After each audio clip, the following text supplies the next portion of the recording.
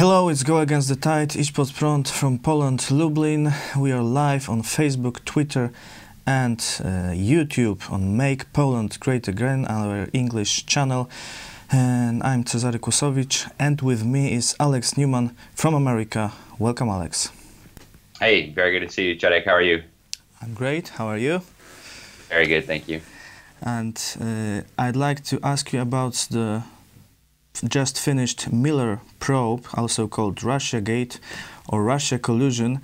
The case is, as we hear, finished. Can you tell us what was it about and how did it finish? Yeah. Well, after Hillary Clinton and company lost the election, they invented this crazy conspiracy theory that Trump had actually conspired with the Russians, with the Kremlin, to win the presidential election. And, you know, everybody with two brain cells to rub together knew that this was absolutely ridiculous. But apparently the Democrats in Congress at least pretended to believe this. And so they got a special prosecutor appointed. In America, when there's, you know, very sensitive issues, things like this that maybe involve politics and stuff, we typically appoint special prosecutors who are kind of outside of the direct chain of command in the justice system. And the idea is to have kind of an impartial and fair investigation. So they spent something like $25 million trying to find some evidence that Trump colluded with Russia. And of course, they found absolutely nothing, right? I mean, absolutely nothing, not anything. And now the Democrats and the establishment are in a meltdown. Oh my goodness, the evidence must be hiding somewhere. You know, maybe Mueller's lying. Maybe he's part of the vast right-wing conspiracy. Who knows? They're losing their minds. But very, very crazy situation. I mean, it's hard to imagine that this is really happening, but it is. You have, you know, TV hosts on the verge of crying. Oh my goodness, you know, there's no collusion. Oh no, what do we do now? And, you know, they've been hyping this for 2 years now. So very, very strange time. But the investigation did finish. They didn't bring any new indictments or anything like that. And they found nothing on collusion. So no one will go to jail? Not one person? Nothing? Well, what happened was they did take down a few of Trump's people from earlier, but nothing to do with Russia collusion. So this special prosecutor, Robert Mueller, very much a member of the establishment of the deep state, if you will. He was involved in, you know, covering up things that happened in the Lockerbie bombing. He was involved with the anthrax attack and you know, framing innocent people. So this guy has a long track record of service to the deep state. And he did file indictments against some of Trump's people. The first and most obvious one was Paul Manafort. This was Trump's campaign manager for a time, and he was indicted for some crimes dating back many years, long before he was ever affiliated with the Trump presidential campaign, about taxes and disclosure forms and things like that related to his work as a lobbyist for the Ukrainian government and things like that. And then also you had Roger Stone, who has been an advisor to Trump since the late 1980s. And he was indicted for a number of procedural crimes. They said, you know, he didn't cooperate with investigators the way they thought he should, and he didn't tell the truth to investigators. So nothing to do with Russia collusion, but they raided his house with a SWAT team. Actually, I know Roger Stone. I've been to his house. I've been to his studio. We've done some interviews, and he told me before all of this happened that the deep state was going to try to take out President Trump, and that they would use the Mueller probe if they could. If that didn't work, they would try to declare him crazy, and if that didn't work, they might try to kill him. And so he's actually the guy who told Trump to run originally in the 1980s for president, that, hey, I think you can win.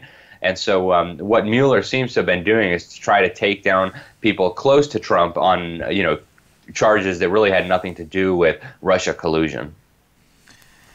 So, as Trump said, no collusion, no obstruction, complete and total exonerations. That's exactly right. Yep. Okay. So the conspiracy theory has been debunked. The conspiracy theorists, the Trump-Russia conspiracy theorists, all look like fools. And so we'll have to see. Now, Trump has been suggesting that, you know, maybe there was some treason at work here, that maybe people who were involved in the deep state and trying to have basically a coup in the United States should be held accountable. And so we'll have to see if anything happens with that. So if not Trump, maybe Hillary Clinton. What about her? Will someone investigate into her links with Russia?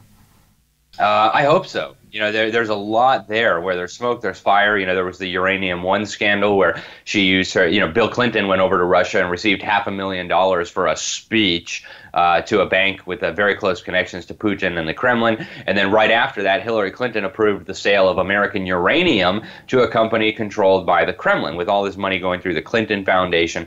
So there's a lot of questions involving the Clintons and Russia and this scam Clinton Foundation, basically a giant criminal operation to funnel money from foreign governments and special interests and kind of launder it, make it look legitimate, and then have the Clintons do them favors. There's also, you know, I think some questions that need to be asked about Barack Hussein Obama. I actually co-wrote a book on this subject, exploring some of the links between Obama and Russia. I think I have a copy of it right here. I do. It's called Comrade Obama Unmasked, Marxist Mole in the White House. And what we show is that President Obama has had ties to the Russians for a long time, and even while he was president, for the first time in American history, he invited these Russian stormtroopers, terror troops, to do drills with American soldiers. He invited communist Chinese troops onto American soil to do drills with American soldiers. He actually launched his political campaign in the home of a communist terrorist. His name was Bill Ayers. This is a guy who was getting money from the Cubans, instructions from the Cubans, and of course the Cubans were just like a puppet dictatorship for the Soviets. And this is where Obama started his political career. So there's a lot of questions involving the Kremlin, involving Russia, that need to be asked. Fortunately, they have nothing to do with our current president, and they have much more to do with the people who have been trying to overthrow our current president. So I hope there will be a new special prosecutor, a new investigation to find out what's been going on with the Clintons and Russia, what's been going on with Obama and Russia. We really need accountability here, because I think there's been a lot of law breaking involved. Okay, another thing, Green New Deal.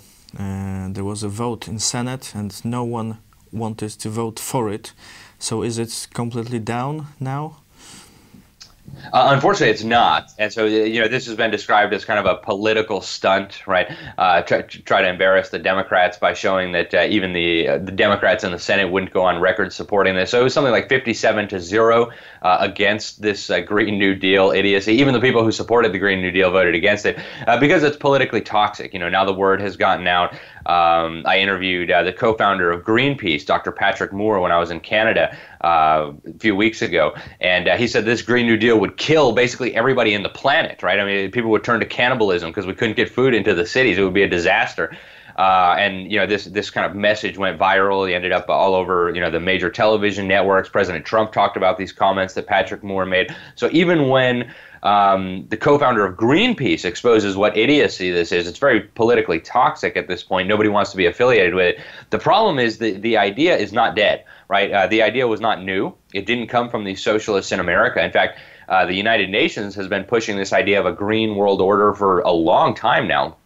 I went to the UN Conference on Sustainable Development in Rio de Janeiro in 2012, and the whole theme of the conference was creating a green economy, a green world order, a green New Deal, where basically it's communism packaged in environmental packaging, right? We call them watermelons because they're green on the outside, but on the inside they're red, right, like the communists, and so we call them watermelons. And unfortunately now there's even some Republicans in Congress, including some Republicans who people thought were decent people, who are now saying, well, you know, maybe the Green New Deal is stupid, but maybe, you know, we'll do a Green New Deal light type of thing, right, where we're going to solve climate change and these kinds of idiotic ideas.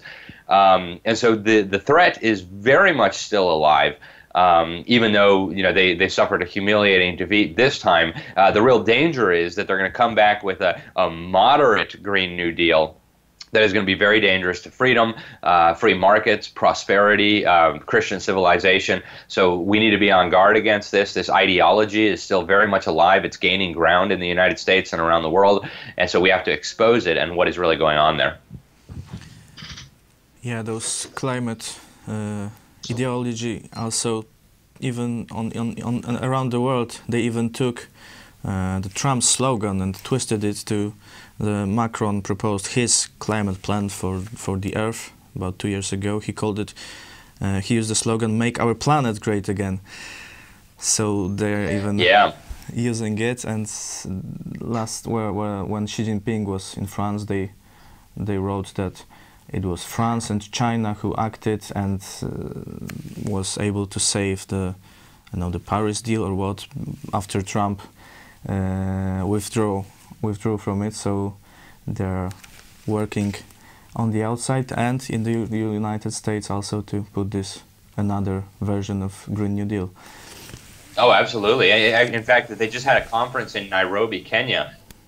The fourth UN Environment Conference Assembly. Sorry, the fourth UN Environment Assembly, and the head of this assembly, a Tanzanian woman, miseducated in Canada, said we're building a new world order here. And then the head of the conference, actually the Estonian environment minister, said, yeah, it's going to be a new world order to transform the way we live. And so this is a very real threat. It's happening at the global level, and if we don't pay attention, it's very quickly going to end up in a kind of global environmental government, or I should say a global government with environmentalism as the pretext. And that's a very, very big threat to free nations, to free peoples, to individual liberties, and of course to the church. There's also another global movement about homosexuality. We had in Poland some politicians declared that homophobia will be punished by jail. You also have some proposition about new law, Equality Act. Yeah. Can you tell us about it?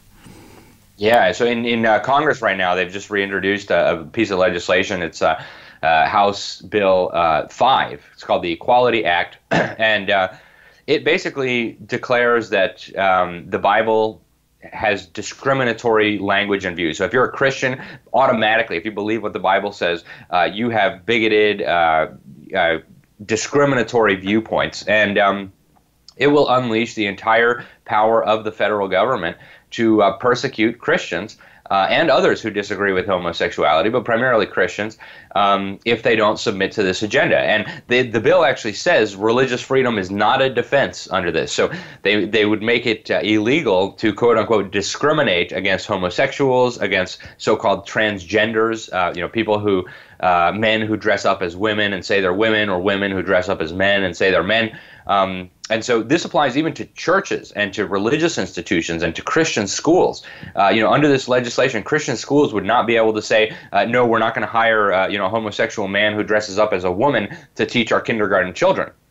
If they do, the federal government would come after them. So it's a very, very big risk to religious freedom. Actually, I interviewed a black pastor in Washington, D.C. His name is Randy Short, and he explained that because the Congressional Black Caucus is supporting this, and the NAACP, which is a group that supports black people interests supposedly in America, that they're now more dangerous than the KKK. Because they're now equating homosexuality with skin color, right? And so black people are very offended by this. But it's what's happening, and people need to realize that this is a direct attack on Christianity, on Christians, on the Bible, and on the truth, and realize that the consequences are going to be disastrous if this moves forward. Already they have 240 co-sponsors in the House of Representatives, which is much more than half of the House. They have almost half of the U.S. Senate. Whether Trump would sign it or not, we don't know yet. Unfortunately, the Trump administration has not been as firm on this issue as we would have liked. But hopefully it won't become law this time around. But the risk is there. The risk is growing, and we need to be on high alert. And I'm sure the same types of things are happening in Poland and are going to be happening in Poland if people don't resist. Yeah. So we have some similar problems in America and in Poland. Thank you, Alex Newman, from the New American magazine, and John Birch Society was with us. Idź pod prąd, go against the tide. See you next week.